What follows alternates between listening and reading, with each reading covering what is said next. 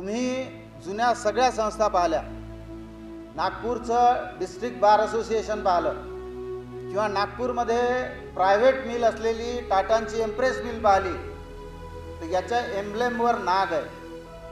हा नाग पुसून, ही नागभूमीची ओळख पासून जी नसलेली ओळख नागपूरला चिटकवलेली आहे. नागपुरात संत्रा होत नाही. वरुडचे लोक कंप्लेंट करतात की संत्रा आम्ही घेतो, तुम्ही स्वतःला संत्रा नगरी म्हणवतात. ती ऑरेंज सिटीचं नाव इथे नागभूमीला चिटकवलं. आणि आता मला असं वाटतं की या 96,000 करोडच्या मार्फत ही दोन्ही नावं पुसल्या गेलेली आहेत आणि नागपूरची सिमेंट सिटी झाली. तुम्ही जर काळाच्या मागे जर नजर टाकली तर अकबर राजा मोठा होता. तुम्ही काळाच्या त्याच्याही मागे जर नजर टाकली तर अशोक राजा मोठा होता. हे राजे मोठे का होते? शिवाजी महाराजांचं 400 वर्षानंतर सुद्धा आज आम्ही नाव का घेतो, तर शिवाजी महाराजांच्याच काळातला शब्द वापरून सांगतो की ते जनतेचे राजे होते, ते रयतेचे राजे होते. आणि जनतेचे राजे असण्याचं, रयतेचं राजे असण्याचं त्यांचं मन मोठं होतं. हे मोठं मन आज यांच्याजवळ नाही आहे, हे आम्ही समजून घेतलं पाहिजे.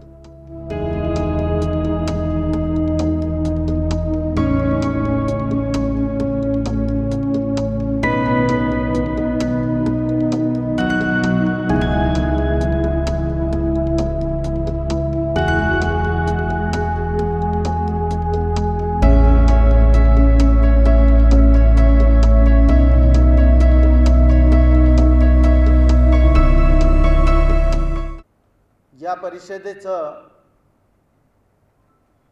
सुतोवाच करण्यासाठी, या परिषदेतली भूमिका मांडण्यासाठी आजच्या सभोवताली जर नजर टाकली तर मला प्रसिद्ध इंग्रजी लेखक की ज्यांनी अतिशय महत्त्वाच्या कादंबऱ्या,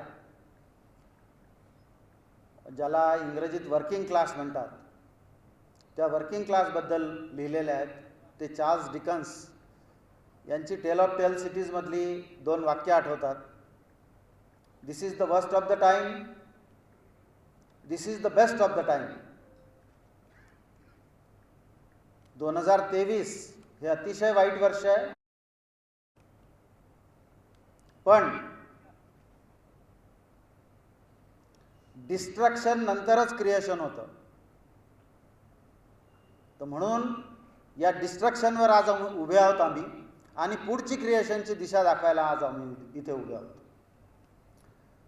मागची 11ची आणि 12ची जी परिषद झाली, त्या परिषदेनंतर त्या परिषदेला उपस्थित असलेले आणि फक्त वक्ते म्हणून नसलेले जॉन ड्रीस, जे प्रसिद्ध अर्थतज्ञ आहेत, जे महत्त्वाच्या कायद्याचे शिल्पकार आहेत, त्यांच्या इच्छेनुसार 13ला आम्ही सकाळी बाहेर पडलो. त्यांना काही शाळा बघायच्या होत्या, त्या शाळा आम्ही दाखवल्या. एक पहिली शाळा होती की ज्या ठिकाणी ती शाळा पाडून मॉल बांधला होता. दुसरी शाळा होती की जी शाळा नगरपालिकेने, महानगरपालिकेने एका NGOला चालवायला दिली होती. आणि तिसरी शाळा होती जी नगरपालिका, महानगरपालिका स्वतः चालवते.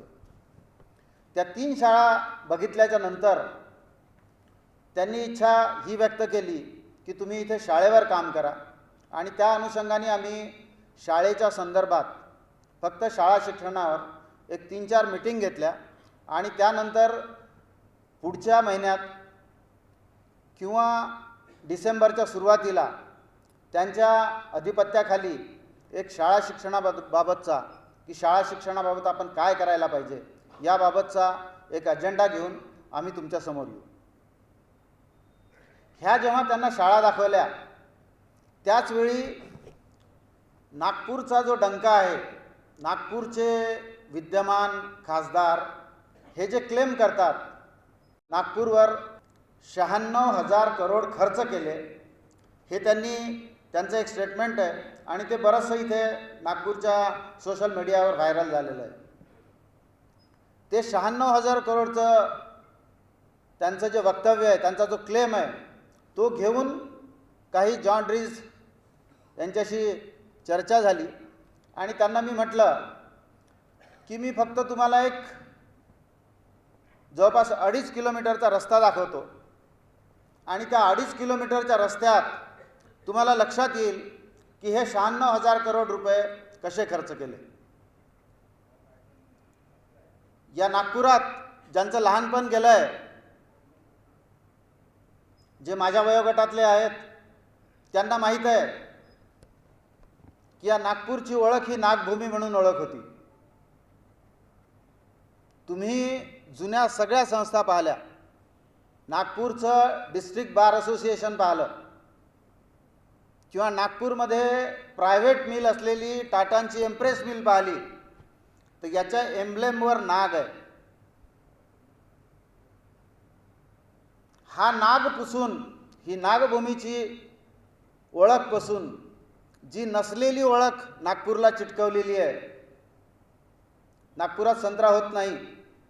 वरुडचे लोक कंप्लेंट करतात की संत्रा आम्ही घेतो आणि तुम्ही स्वतःला संत्रा नगरी म्हणवतात. तर ज्याला काही अर्थ नाही आहे, ज्याला काही कल्चरल हिस्ट्री नाही आहे, ती ऑरेंज सिटीचं नाव इथे नागभूमीला चिटकवलं. आणि आता मला असं वाटतं की या 96,000 करोडच्या मार्फत ही दोन्ही नावं पुसल्या गेलेली आहेत आणि नागपूरची सिमेंट सिटी झाली आहे. तुम्ही जर अनुभवाल, काही लोकांनी मागच्या उन्हाळ्यात अनुभवलं, पुढच्या येणाऱ्या मार्चपासूनच्या पुढच्या उन्हाळ्यात अनुभवा की नागपूरची घराघरातली आणि रस्त्यावरची ही काहिली होते, ही काहिली जी झाली आहे ही या 96,000 करोडमुळे झालेली आहे. हे असं मी का म्हणतो आणि 2.5 किलोमीटरच्या रस्त्यात मी तुम्हाला जॉन ड्रीजला काय दाखवलं ते मी तुम्हाला सांगतो. आम्ही रवी भवनमधून निघालो.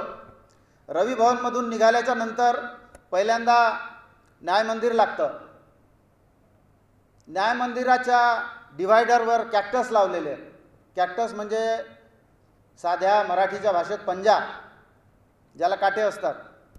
कुठल्याही शहरात सौंदर्यीकरण करताना जी सुंदर झाडं दिसतील, सुंदर फुलं दिसतील, सुंदर ज्याची पानं आहेत, जी वर्षभर हिरवीगार राहतात, अशी लावतात. पण नागपूरच्या शहरात डिव्हायडरला पंजाची झाडं आहेत, काटेरी झाडं आहेत. ती याच्यासाठी की कोणी जर पडला त्याच्यावर तर तो जो त्याचा काही छोटा ॲक्सिडेंट होईल तो त्याच्यापेक्षा मोठा ॲक्सिडेंट होईल. त्याच्यानंतर समोर आम्ही बर्डीला पोचलो. बर्डीवरून समोर आम्ही कामठी रोडने वळलो. कामठी रोडने याच्यासाठी वळलो की मी तुम्हाला सगळ्यांना सांगू इच्छितो की बर्डीपासून, सीताबर्डीपासून इंदोरा चौकाकडे जो जाणारा रस्ता आहे, ऑटोमोटिव्ह चौकाकडे जाणारा रस्ता आहे, त्याला कामठी रोड म्हणतात. आणि इकडे जाणारा जो रस्ता आहे विमानतळाकडे, त्याला वर्धा रोड नेहमी म्हणतात. की कुठे चालला तर कामठी रोडनी चाललो, कुठे चालला तर वर्धा रोडनी चाललो. ही डिवायडिंग लाईन आहे. जसं पूर्वी डिवायडिंग लाईन होती पुलाच्या खालचे आणि पुलाच्या वरचे, जेव्हा लोखंडी पूल होतात तेव्हा. तुम्हा सगळ्या लोकांना माहीत आहे की हा अतिशय जुना 7 नंबरचा नॅशनल हायवे आहे. नॅशनल हायवेच्या बाबत एक नियम आहे की तिथे साधा तुम्हाला अडथळासुद्धा उभा करू शकत नाही. तुम्ही रोड ब्रेकरसुद्धा, स्पीड ब्रेकरसुद्धा तुम्ही लावू शकत नाही. पण रिझर्व्ह बँक तुम्ही क्रॉस केली की रिझर्व्ह बँक क्रॉस केल्याबरोबर तुम्हाला सरळ LIC चौकात जाता येत नाही. ती LIC चौकात न जाता तुम्हाला सदरमध्ये जावं लागतं की जो अतिशय बिझी मार्केट प्लेस आहे. आणि त्याच्यानंतर पुलावरून मेकोसाबागच्या पुलावरून तुम्हाला कामठी रोडला जावं लागतं. म्हणजे NH7 वर तुम्ही तेव्हा पोचू शकता. ह्या झाल्या 3 लँडमार्क फक्त अर्ध्या किलोमीटरवरचे, एक अर्धा किंवा पाऊण किलोमीटरवरचे. त्याच्यानंतर जर तुम्ही गड्डी गुदाम चौकात जर उभे राहिलात आणि इंदोरा चौकाकडे जर तुमची नजर गेली तर तुम्हाला असं दिसेल की एक ब्रिज वरचा अर्धा बांधलेला आहे आणि तो त्या अर्ध्या ब्रिजचं लँडिंग तेव्हाच होऊ शकते की मधली एक 5 मजल्याची इमारत पाडू शकत नाही. ती पाडल्याशिवाय तो ब्रिजच जमिनीला लागणार नाही. हे असं का झालं? हे असं का होतं आहे? या 96,000 करोडचे तुम्ही बेनिफिशरी असल्याशिवाय हे असे अडथळे का आलेले आहेत? हे रोजचं तुमचं जीवन अडचणीचं का झालेलं आहे? कारण हे जे प्लॅनिंग आहे, this planning is divorce from the people. लोकांचा या प्लॅनिंगशी काहीही संबंध नाही. लोकांच्या जीवनाचा या प्लॅनिंगशी काहीही संबंध नाही. लोकांचं जीवन सुकर व्हावं ही सद्भावना या प्लॅनिंगच्या मागे नाही. यामागे फक्त सिमेंट आणि सिमेंट आहे. कारण भ्रष्टाचाराची जी जुनी पद्धत होती की पर्सेंटेजची, ती असं लोक म्हणतात की ती सिमेंटच्या बॅगमध्ये परिवर्तित झालेली आहे. हे नागपूरमध्ये कॉमनली बोलल्या जातं. पण त्याचं जे सेंट्रल प्लॅनिंग आहे, त्या सेंट्रल प्लॅनिंगचे आम्ही बेनिफिशरी असायला पाहिजे. माझं रस्त्यावरचं जीवन सुकर व्हायला पाहिजे. हे जे 96,000 करोड आहेत किंवा मेट्रोचे 27,000 करोड आहेत, यस, मी खूप लोकांना प्रश्न विचारतो की 27,000 करोडमध्ये शाळा किती झाल्या असत्या? 27,000 करोडमध्ये कॉलेजेस किती झाले असते? माझं जे रफ कॅल्क्युलेशन आहे, माझं जे अंडरस्टँडिंग आहे, त्याच्याप्रमाणे एक अतिशय चांगली शाळा 25 करोडमध्ये उभे होऊ शकते. एक चांगलं कॉलेज जे ह्युमॅनिटीजचं कॉलेज आहे, जे कॉमर्सचं कॉलेज आहे, ते 50 करोडमध्ये उभं होऊ शकतं. आणि इथं काही तज्ज्ञ मंडळी ज्यांचं जीवन त्याच्यात गेलेलं आहे, हे बसलेले आहेत गेडाम सरांसह, की मेडिकल कॉलेज किंवा इंजिनिअरिंग कॉलेज एक 100-150 करोडमध्ये उभं होतं. हे 96,000 करोडशी जर आम्ही हे आकडे जर तुलना केले, तर हे आकडे कुठेच नाही आहेत. मग ती माझ्या मुलांना शाळा का मिळत नाही? ती माझ्या मुलांसाठी एक शाळा, चांगलं कॉलेज का मिळत नाही? ती माझ्या आरोग्यासाठी एक चांगली व्यवस्था का उभी होत नाही? याचं खरं कारण आहे. आणि ते खरं कारण असं आहे की RSS आणि BJPला गव्हर्नन्स येत नाही. मी हे का म्हणतो गव्हर्नन्स येत नाही? तुम्ही जर काळाच्या मागे जर नजर टाकली तर अकबर राजा मोठा होता. तुम्ही काळाच्या त्याच्याही मागे जर नजर टाकली तर अशोक राजा मोठा होता. हे राजे मोठे का होते? शिवाजी महाराजांचं 400 वर्षानंतर सुद्धा आज आम्ही नाव का घेतो? तर शिवाजी महाराजांच्याच काळातला शब्द वापरून सांगतो की ते जनतेचे राजे होते, ते रयतेचे राजे होते. आणि जनतेचे राजे असण्याचं, रयतेचं राजे असण्याचं त्यांचं मन मोठं होतं. हे मोठं मन आज यांच्याजवळ नाही आहे. हे आम्ही समजून घेतलं पाहिजे. म्हणून गव्हर्नन्स यांना येत नाही. 96,000 करोड नागपूरवर खर्च करूनही जर तुमचं माझं जीवन सुकर होत नसेल तर आम्ही त्याचा विचार केला पाहिजे. मित्रहो, माझा संबंध काही अशा ॲक्टिव्हिस्टशी आहे की जे नेहमी शासनाच्या टार्गेटवर असतात. त्यांच्या काही कहाण्या मी इथे सांगूसुद्धा शकत नाही, इतक्या भयानक कहाण्या आहेत. आणि ह्या कशापायी आहेत? ह्या ED इन्कम टॅक्सपायी तर आहेतच आहेत. त्याचा एक मासला तुम्हाला मागच्या 2-3 दिवसापासून दिसला असेल. तो मासला आहे मोहित्रा यांच्या नावाचा, महुआ मोहित्रांच्या नावाचा, हिरानंदिनीच्या नावाचा. हा फक्त मासला आहे, मासला. त्याच्यापेक्षा कितीतरी भयानक प्रकरण मी तुम्हाला सांगू शकतो. हे का झालं? हे यासाठी झालं की जसं मागच्या सभेत जस्टिस कोळसे पाटील म्हणाले की आम्ही सगळे डास मारायला निघतो पण गटार इथे आहे, तर म्हणून ही गटार साफ करायची जी जबाबदारी आहे ती जबाबदारी आमची आहे. आणि ही जबाबदारी कोणीच पार पाडत नाही, कोणीही पार पाडत नाही. नागपूरचा सांस्कृतिक पटल, नागपूरचा सोशल पटल, नागपूरचा राजकीय पटल हा माझ्या दृष्टीने, हे सगळं जे मी ॲनालिसिस केलं आहे या दृष्टीने पूर्ण वॅकंट आहे, पूर्ण वॅकंट. इथे कोणीही नाही आहे. आणि कोणीही नाही आहे म्हणूनच आम्ही इथे आलो. मी हे ठामपणे का म्हणतो? मी हे ठामपणे यासाठी म्हणतो की 23 सप्टेंबरला नागपूरमध्ये फ्लडिंग झालं. पूर्वी असं होतं की नागनदीच्या काठावर पिवळ्या नदीच्या काठावर ज्या झोपडपट्ट्या राहायच्या त्या झोपडपट्ट्यात पाणी घुसायचं आणि दुसऱ्या दिवशी आपण पेपरमध्ये कुठेतरी दुसऱ्या तिसऱ्या पानावर बातमी बघायचो की पिवळ्या नदीच्या या वस्तीत पाणी गेलं किंवा नाग नदीच्या काठावरच्या या वस्तीत पाणी गेलं. 23 सप्टेंबरचं जे नागपूरचं फ्लडिंग होतं हे याच्या विपरीत होतं. सामाजिक कार्यकर्ते सातपुतेंचं इथं घर आहे अमरावती रोडवर, 6000 फुटाचा प्लॉट आहे.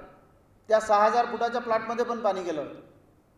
10-10, 15-15 हजार स्क्वेअर फूटच्या प्लॉटवर मोठे मोठे बंगले असणारे गांधीनगरपासून या अंबाझरीपर्यंतचे त्या बंगल्यात सुद्धा पाणी गेलं होतं. आणि या बंगल्यात पाणी जाऊन सुद्धा या 23 सप्टेंबर नंतर जर तुम्ही बघितलं तर वर्तमानपत्रात ज्या न्यूट्रल दिलेल्या बातम्या आहेत त्याच बातम्या आहेत, त्याच्याशिवाय निषेधाचा दुसरा शब्दही नाही आहे, कोणाचाही शब्द नाही. तर म्हणून मी असं म्हणतो की नागपूर हे कल्चरली, सोशली आणि पॉलिटिकली व्हॅकंट आहे आणि म्हणूनच इथे काम करण्यासाठी इथे आम्ही आलो आणि आम्ही पाय रोवून उभे आहोत. मित्रहो, ही जी नागपूरची पार्श्वभूमी आहे त्या पार्श्वभूमीवर आम्ही जेव्हा काही मंडळी एका वेगळ्या भाषेत बोललो होतो 15 मे 2019ला आणि तेव्हापासून आम्ही सातत्याने बोलतोय, त्यावेळी मी ही मांडणी केली होती की अंतर्गत लोकशाही, राजकीय नैतिकता आणि लोकांच्या प्रश्नाभोवतीची चळवळ याला धरूनच आम्ही काही करू शकतो. त्याला धरूनच मी माझ्या 12 सप्टेंबरच्या भाषणात ही मांडणी केली आणि माझा तो ठाम विश्वास आहे की डॉक्टर बाबासाहेब आंबेडकरांचं जे अगदी फ्री थिंकिंग होतं, जेव्हा त्यांना कुठलंही बंधन नव्हतं, त्यांना कोणीही सांगितलेली रोकठोक नव्हती किंवा जे घटनेत सगळ्यांना घेऊन चालण्याची जी अडचण होती तीही अडचण नव्हती, तेव्हा त्यांनी मांडलेला ओनामा जो होता तो ओनामा होता स्टेट्स अँड मायनॉरिटीज. आणि मी असं समजतो की आजचा सगळ्यात मोठा भारतातला आणि जगातला जो प्रश्न आहे त्या आर्थिक समानतेचा तो ओनामा आहे. या स्टेट्स अँड मायनॉरिटीजला धरून मागच्या 12 तारखेला मी विस्तृत मांडणी केली आहे.